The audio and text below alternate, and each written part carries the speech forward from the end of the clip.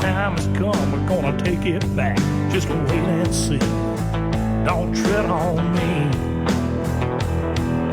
I won't sit back, stand idly by, watch the heart of my nation die. Oh, not me. Don't tread on me. Don't tread on my Bible, don't tread on my guns, don't you tread on my faith in God's only Son. Don't tread on me.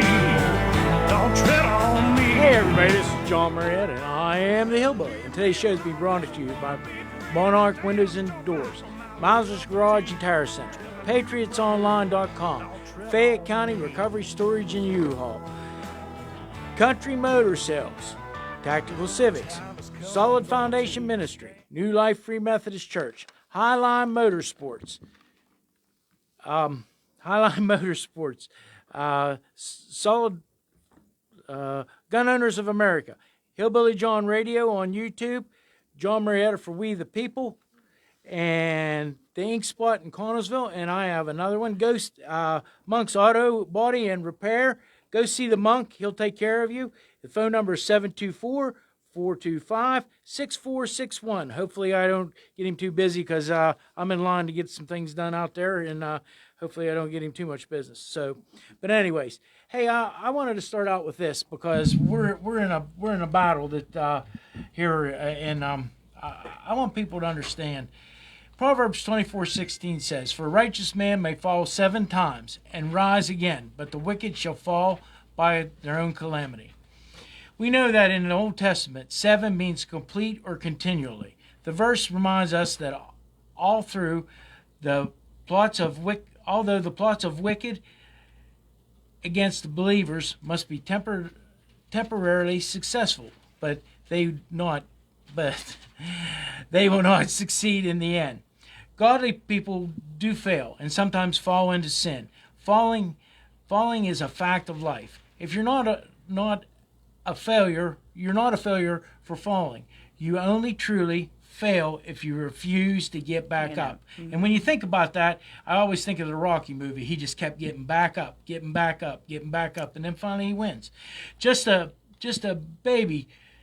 a baby learning to walk falls many times, so do we believers fall as we learn to walk with God. And God, like a parent, does not scold for falling, but puts us back on our feet and says, let's try that again. We are not to brush ourselves off, get up, and try it once more. Whenever Satan comes in saying, what's the use of trying again, we set ourselves up for more failure. Why don't you just give up? It is then the words of this proverb should come back to us. We should cling to them like clinging to a life raft in a raging sea. But each and every one of us, try as we might, as long as we are still in these bodies of flesh, will fall again. However, it is what we do with our failure that we reveal what kind of person we really are. Failure is not fatal. God does not see failure as final. Said another way, failing doesn't make you a failure, but not attempting to rise again will keep you a failure. I come across that verse. I was listening to somebody on the radio, and I come across this verse, and I'll tell you what, this was a good devotion, and it was written by Pastor Ed, and I thought it was really good. And so, anyways, I wanted to let everybody know about that. The other thing I want everybody to know about, I still got 11 4x6 Trump signs. We want to get rid of them in the next week or so. Hopefully get them up in your yards, show all your neighbors who you're voting for. I do have yard signs too. So I have them too. Yeah. If you're in the Mon Valley, I have them too. Yeah, just get a hold of me. You can somehow you can get a hold of me 724-880-4507, and we'll get. Melanie got a couple hundred left, and I got 100 left, but looks like we're going to get rid of them all. So we got 6 weeks to the election, so we have to get them out there circulating do we have all a over the place. On the line? Yes, we have 2 on. We've got 2 on. Oh, yeah. Jeez, a whiz. Okay, I think I have. Is Greg on with us? There we go. Get them on. Yep. Yay. You there, Greg? I'm here. And I'm assuming Leah's with us too. I mean, she dropped actually. She's Don't know. She's calling back in right now. But anyways, Greg, you want to give us a brief, and it isn't going to be a brief thing because it's 200 and how many pages? Yeah, jeez.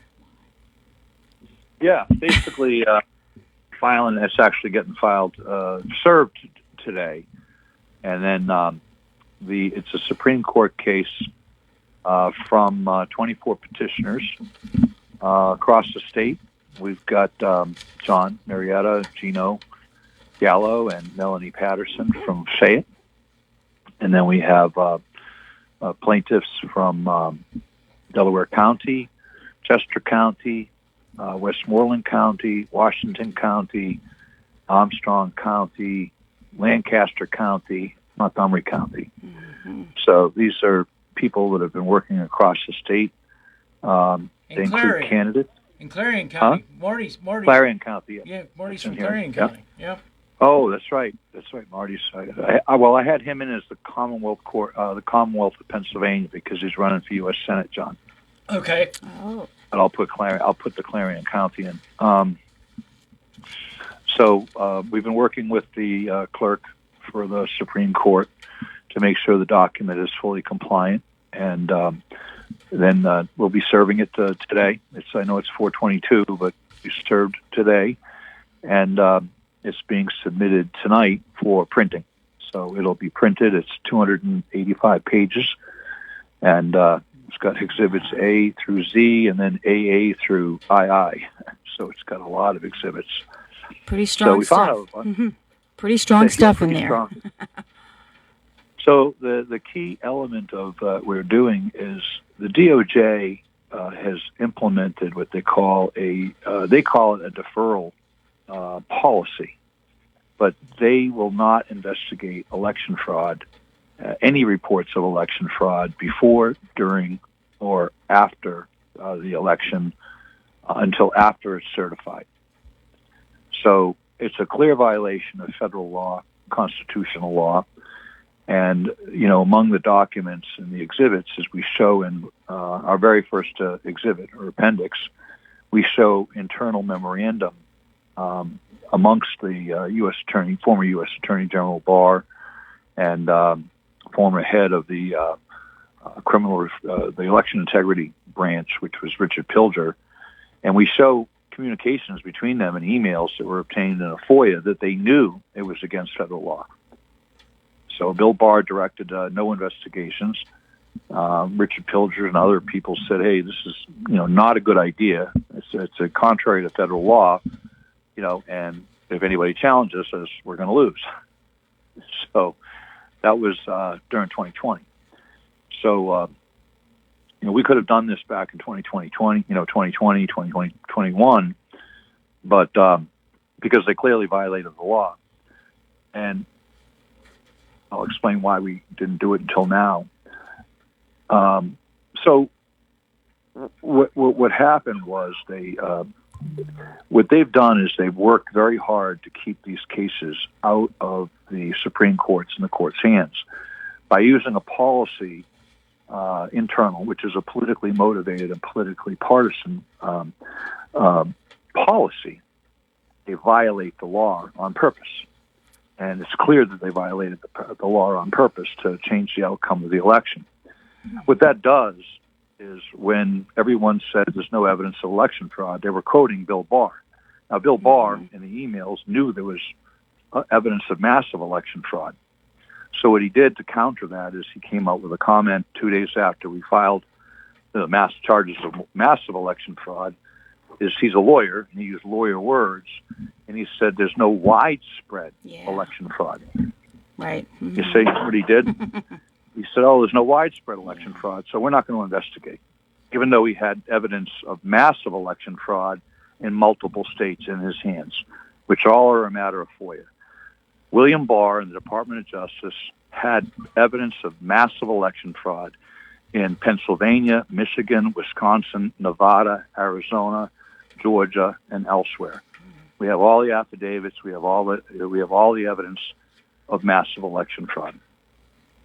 And what happened was across the country they kept saying, "There's no." Bill Barr says, "There's no fraud. There's no fraud.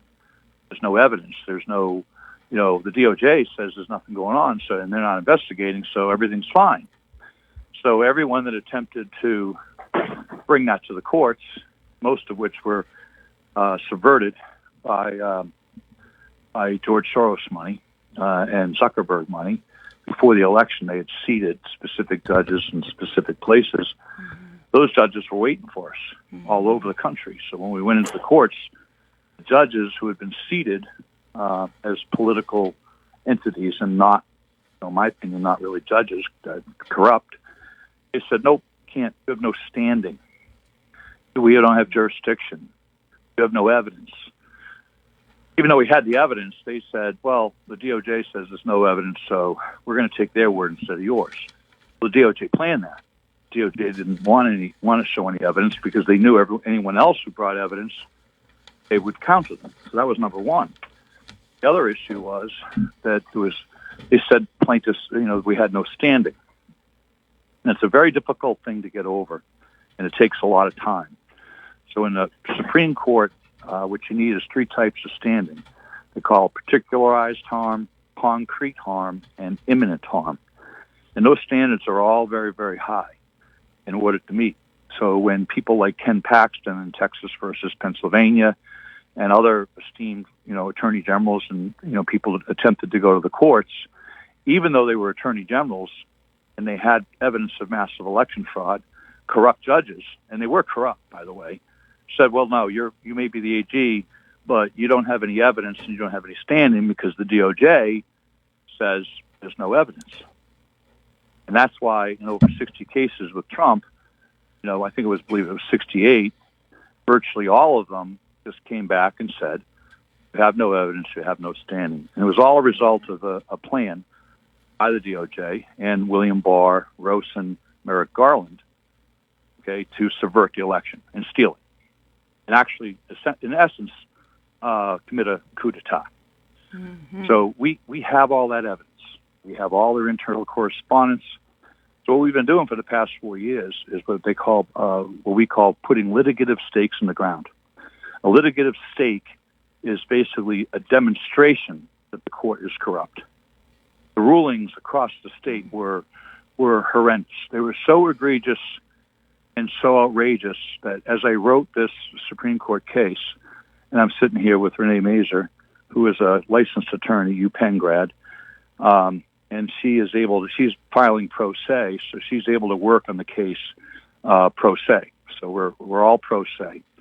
But these crazy things that happened, we had to show the Supreme Court, that the lack of action and the subversion of the law by the DOJ impacted everybody.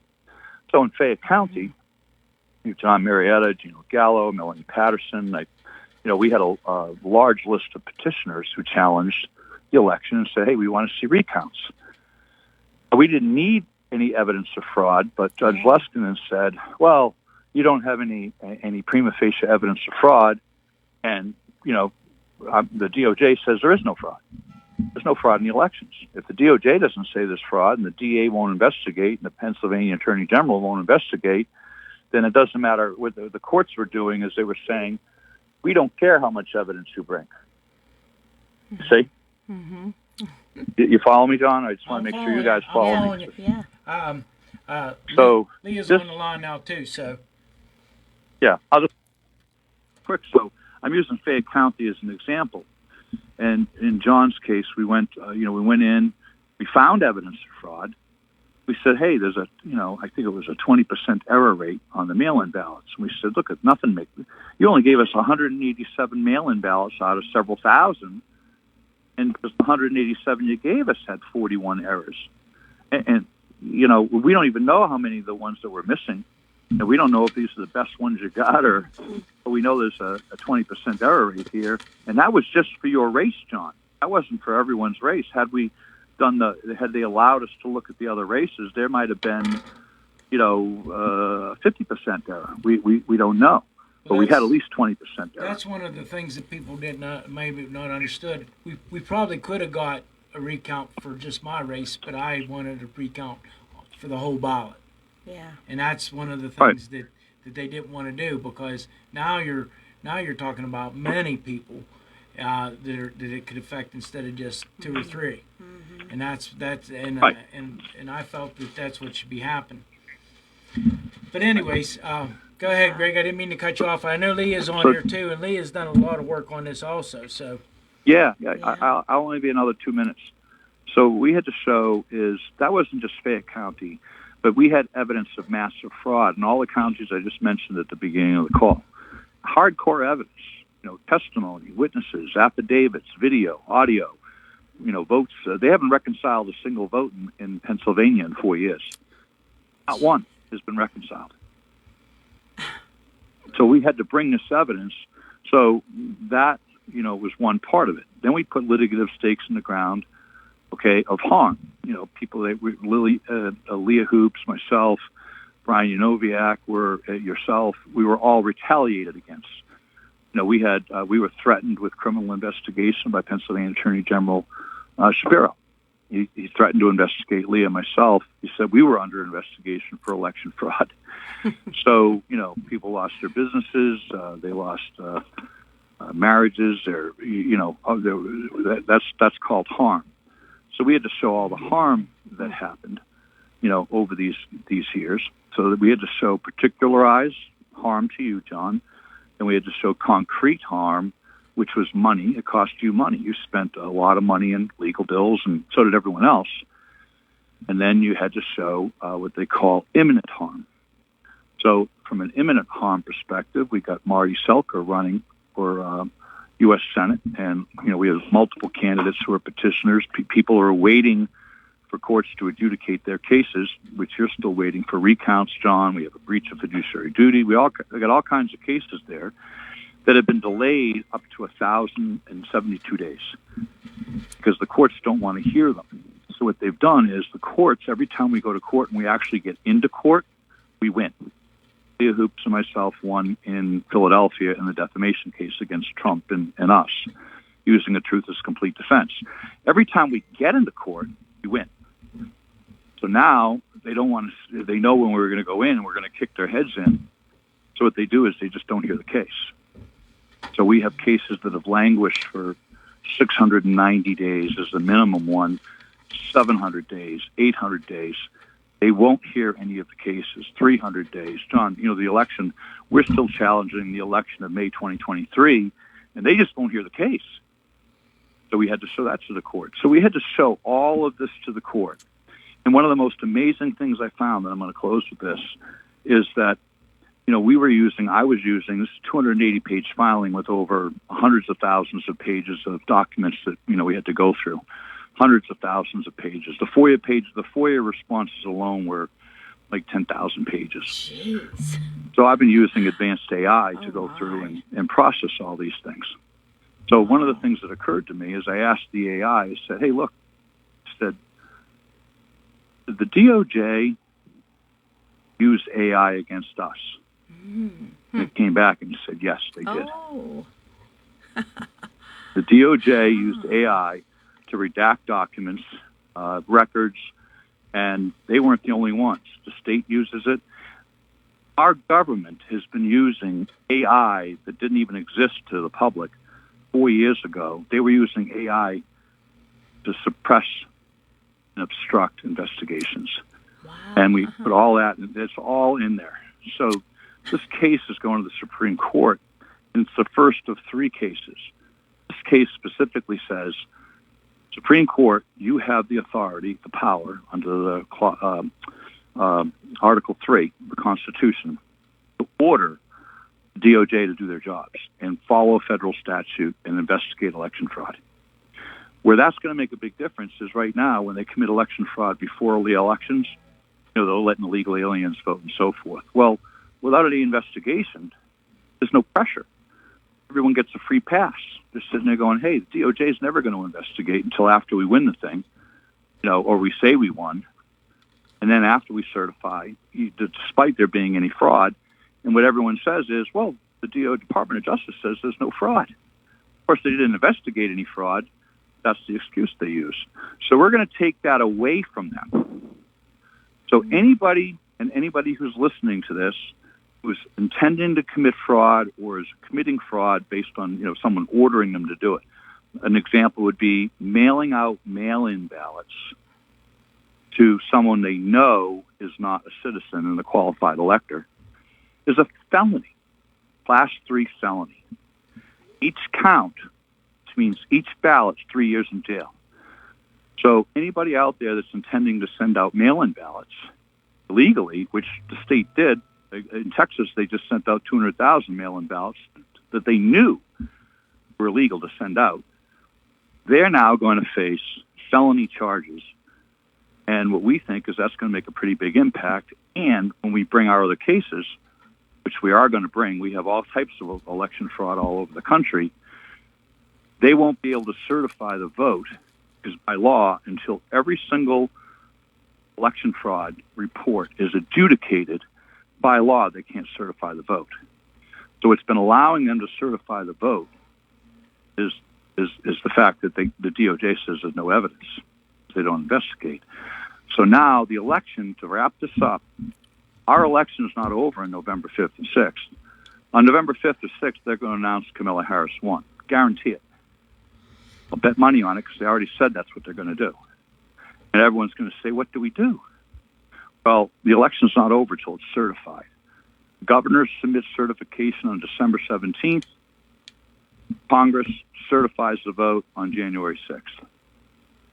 And if there's any evidence of massive election fraud, which includes sending out millions of ballots to illegal aliens, it can't certify. This creates a constitutional crisis. We have 24 petitioners, all from Pennsylvania. Jon, you're at the top of the list, who have submitted these cases and done the work so that we could bring this case to the Supreme Court. And that's where we are. I'm going to stop there. And we're going to give Leah a chance now. Leah, you with me? Yeah. Hey guys, yes, I'm here. Okay. Just listening. Just taking it all in. It's very, very real what's going on, and you're right. It is just very how real. how far we all have come collectively, and we've worked together to achieve something pretty spectacular and historical. In all honesty, I do want to say something. I'm noticing this trend, and I am going to put this out there just because it really chaps my rear. But I noticed there's this trend on X right now of giving all praise and all glory to Scott Pressler. A menial, effort and menial action of registering voters has become a heroic effort, and it's really starting to annoy me. I want to just say for all of us, and I mean all of us, every single one of us, grassroots patriots who have sacrificed everything, our livelihoods, our liberty, our lives, all of it. We are going to be the ones that are going to bring home this election in Pennsylvania. Yeah. Not something as simple as registering votes. That's something that's been going on for years, and quite honestly, it doesn't translate to votes. And even if you do register a voter, okay, we don't know honestly where these people are coming from. A lot of them are these registrations are completely clogging up the HAVV system. They are overloading the system. And the more that we push for mail-in ballots, okay, and the more that we push for this fraudulent system, which it is, it gets us further and further away from the in-person vote. And that's what they want to get rid of, is the in-person vote. They want to get rid of the decentralization of our voting system. That is the best way that we can keep a checks and balance system. That is the best way that we have chain of custody. That is the best way that we can reconcile, is by decentralization and having the in-person vote. So I just want to put that out there, and I want to say thank you to each one of you who have contributed all across the Commonwealth of Pennsylvania, who have literally put in the work for the past 4 years, and for some of you, even longer. So I wanted to put that out there first. What I find very interesting right now, I just want to take focus on Delaware County and the amount of effort that they have taken to not only cover up the fraud that we have uncovered, but to also try to arbitrarily change election law just in Delaware County. The amount of effort they have taken to obfuscate information, the amount of And I mean, they know that all eyes are on them. And that's something that I also want to really point out is that there are many, many people in Delaware County within the Election Bureau, within the election, the headquarters, if you will, that have walked away from all of this because of us. So while people are, feeling hopeless and they're thinking that nothing's happening, there's things happening. There are definitely things happening. We have had lawyers sanctioned and have had to close up their law firms. We have gotten rid of people on the Board of Elections. We have outed Josh Shapiro. We saved this country, and I will puff our chest out. We saved this country from having Josh Shapiro as the vice president. And it's not because he's Jewish, okay? It's not because of anti-Semitism. It's because of people like us, people like Sean Connolly, people like Hadassah Feinberg, people that have come forward and exposed Josh Shapiro for the absolute criminal that he is. Yeah. I want to repeat that. The absolute criminal that Josh Shapiro is. He had the nerve to show up. I'm sorry, excuse me, let me retract that. He sent his goons to my front door and to Greg's front door to shut down a federal investigation into election fraud and try to harass and intimidate us. It didn't work. And now we have the last remaining election fraud lawsuit from the 2020 election. Okay? The only one. Mm-hmm. And we will have oral arguments anywhere between November 4th and November 8th, and we'll give you more details when that comes up. We won those oral arguments. Okay? And when I say we, I mean Greg and I, representing ourselves, going up against the best of the best, as they say. Delaware County is represented by Ballard Spahr, and if you don't know who Ballard Spahr is, they've represented the Clintons, Obamas, the Bidens, everybody. And then the other defendants, okay, the Secretary of the Commonwealth, former Secretary of the Commonwealth, Kathy Bookvar, is represented by Josh Shapiro's counsel. They have been pushing out and trying to force the court, okay, to push out this court case, okay, that we filed originally in 2021. They wanted to push it all the way out till 2025. They wanted extraordinary relief. They didn't want to do any oral arguments. They just wanted to, for it to be decided on just on the paper filings. They fought us tooth and nail. So I ask you both, and I ask your audience, they had 3.5 years to prepare for this case, right? Mm-hmm. Why would you want to push it out any longer? Shouldn't they have all of the information? Shouldn't they have all of the evidence they need if they ran a free and fair election? I'm asking you, Melanie, and I'm asking you, John. Yeah. What do you think? Shouldn't they have all that stuff ready? We agree with you. Absolutely. 100%. Nope. We agree with you 100% because that's what I actually said in court. I said if you have nothing to hide, then let's just do it. You know? Yeah. And Greg had a big smile on his face. I said we don't have to put it in specific lawyer terms. I said it's just this simple. Just let us look at it. And they just don't want to for some reason. And so when somebody doesn't want you to see transparency, you know that there's something to be seen. Yeah, that's right. Sure. And it's that's right. It's eating away the confidence of the voters right now. Many of them come to me and are worried that their election's going to get rigged. You know, the polls are all over the place. We have to restore that confidence, Leah, and I think we're about to in the next couple of weeks. We should hear something from the Supreme Court. This is going to be in the Commonwealth Court of Pennsylvania, and by next week we should have our date and time, and we're inviting everyone to come and witness to see what we go through. It's brutal. I mean, it really is. The preparation for a court case is brutal. And it brings up a lot of anger, frustration, but you get to see the workings of a courtroom and the establishment and the lies and the corruption.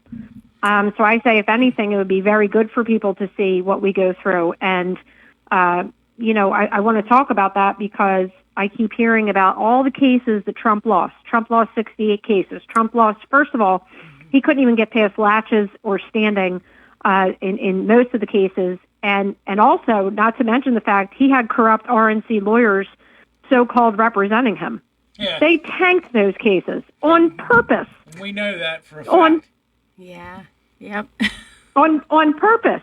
So when you get two people like myself, or you get a John Marietta, or you get whoever it may be representing themselves in court, you are a very hard person to fight.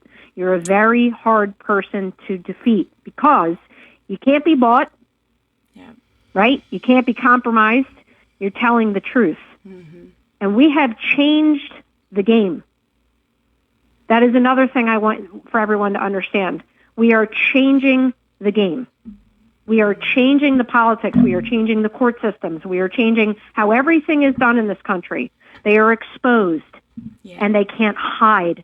There are so many eyes on this election, and we are going to make it incredibly hard for them to cheat.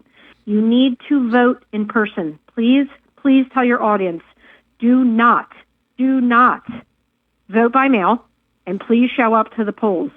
But by all means, please vote. You need to get out there and you need to vote, and you need to allow people like us to protect your vote and fight for a free and fair election. There's some scare tactics being spread out there, Leah. I'm sure you probably heard of it, telling people to vote by mail because there's going to be some kind of grid lockdown on Election Day and the machines might not work, so at least you'll get your vote in early in the mail. But so, like, that doesn't make any sense. It doesn't, because it's the same machines are going to use it, the BOE, that they're going to use it. I'm going to address that. I'm going to address that. I'm going to address that because it's something I've been talking about forever. So first of all, this whole black swan event is nonsense. It really is, first and foremost, because if there is a black swan event, then that gives a reason to not use the machines. Second, okay, they're supposed to be protecting the federal elections. The machines are critical infrastructure. So that if they allow that and they allow that vulnerability, then that's direct harm. Second, they are supposed to, and when I say they, in the Commonwealth of Pennsylvania, there are election codes, okay, specifically that address when machines go down. They are obligated by law to have an emergency backup ballot system. Right. If you want to do a call to action, your best call to action is to have voters write certified letters notifying their county that if they do not have those emergency ballot backup systems in place on Election Day, they will be directly harming their right to vote. Period. Good. I don't know why this is scaring people into using a mail-in ballot. To me, sounds like controlled opposition. Yes, it does. It really does. And I'm hearing it a lot. So thanks for clarifying that. That's great. That's what we need to do. What we need to do before these elections and demand, that our rights are protected in the ballot boxes too. Well, one thing Correct. for sure. A couple other things here. If you vote on Election Day, no matter what happens, the law says that if you're standing in line, okay, I don't care, if you're standing in line, they must allow you to vote. So, as Leah said about the emergency procedures and whatever those are, what we're telling people is on Election Day, bring a box lunch, bring a gallon of water, bring a chair, and you may have to sit, if you're going to assert your right to vote, you may be sitting out there a good part of the day, but the harder they cheat, the harder I think people will fight back, and you'll sit in those chairs. But I wanted to tell you about a couple of things that we haven't told people. Is we have a precinct plan that we haven't talked to people about because every time we tell them what we're going to do, they counter it. So I came back today, spent the better part of the afternoon. What we have cameras, dash cams, that will be watching the drop boxes. And we have stationary cameras and dash cams, and we have a lot of them. And people will be in their cars. You can, video a public place. It's allowed by law everywhere, actually. And they may be 100 feet away, 50 feet away, 200 feet away. and the drop boxes will all be monitored. Those drop boxes, what will happen is it's almost impossible to watch a drop box, 24/7. So we developed software over the past 4 years that will do license plate recognition and facial recognition. And what it does is that, we don't know who the person is, But what we're going to do is if a license shows up at 3 different drop boxes, it'll be recorded the first time. And then the second time, it'll say, oh, here's a hit. All we're going to do with that information is we're going to, take a 1-minute video clip showing the car going from, location to location. If we see facial recognition, we're not going to identify who they are. We don't care.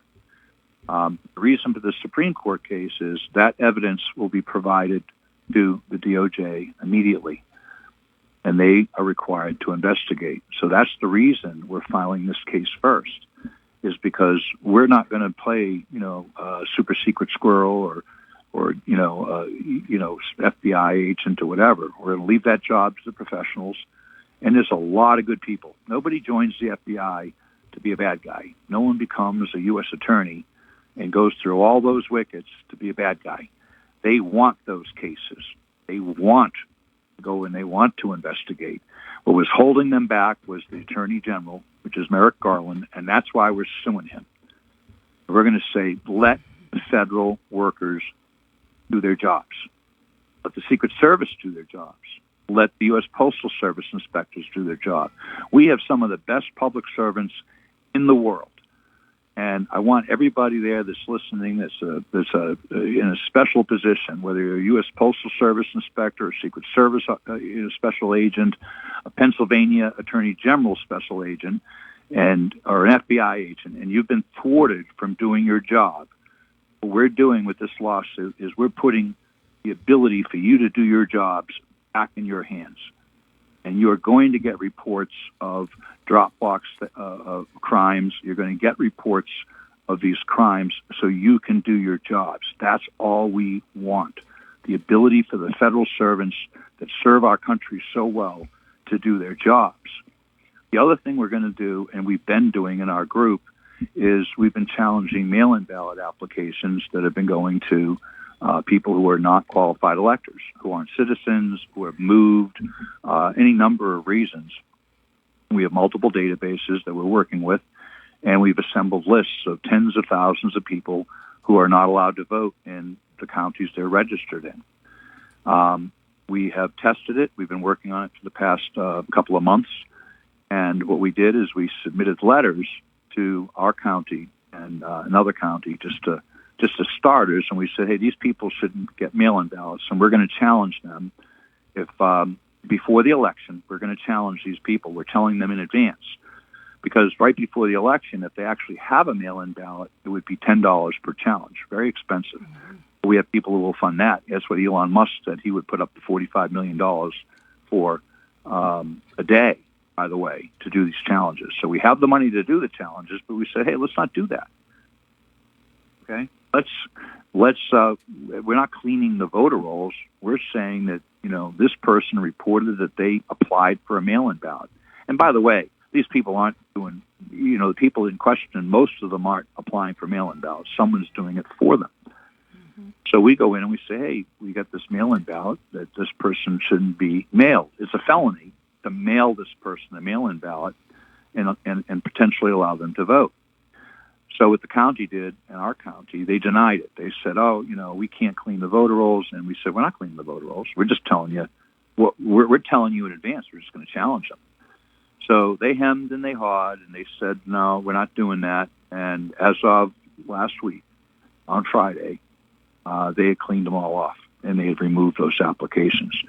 We're going to be doing that across the country, and we're deploying that plan and other plans. What we're doing is we're going to challenge the mail-in ballot applications, not the voter rolls. Right. You can register your cat Fluffy to vote, but they can't get a ballot unless they're a qualified elector. I just given you 2 things we're going to do. We have a dozen more that will be implemented over the next 50 days that are going to make a pretty big difference, and it's going to make it very, very difficult to cheat. And we're going to hold the people accountable who try. And the U.S. Supreme Court has stated they will hear cases regarding election fraud within 3 to 5 days.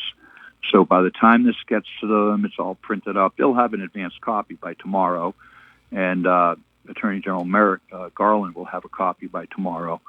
Mm-hmm. And so they'll have a few days to mull it over. But the U.S. Supreme Court should hear this case within the next week to 2 weeks and give a decision, shortly after that. And we expect they will give that decision. They will direct the DOJ to do their job. That alone is going to make a huge impact on this election nationally. Well, hey, Greg, I hate to, we're almost at the end already, believe it or not. Leah, I tell you what, I can't thank you enough for what you have done for me. I can't thank Greg enough for what's going on. And this isn't about John Marietta's election. This is about helping to save the republic. And I know that a lot of people don't look at it like that, and then maybe that's why they're so baffled by why I keep standing back up and trying to do what I feel is right. So, anyways, I want to thank you both for being on today, and I know you are going to be on several times more. In fact, we're going to try to put together a 2-hour show here in the next couple weeks and get that taken care of. Thank you so much, guys. I appreciate it. Thank you so much, John. Thank you, Melanie. Good talking with you guys. Yes, good. Hey, Carry on. I got 2 announcements I have to make. First off, if you're going to vote this year, Solid Foundation Ministries in West Lasonring, you can look it up.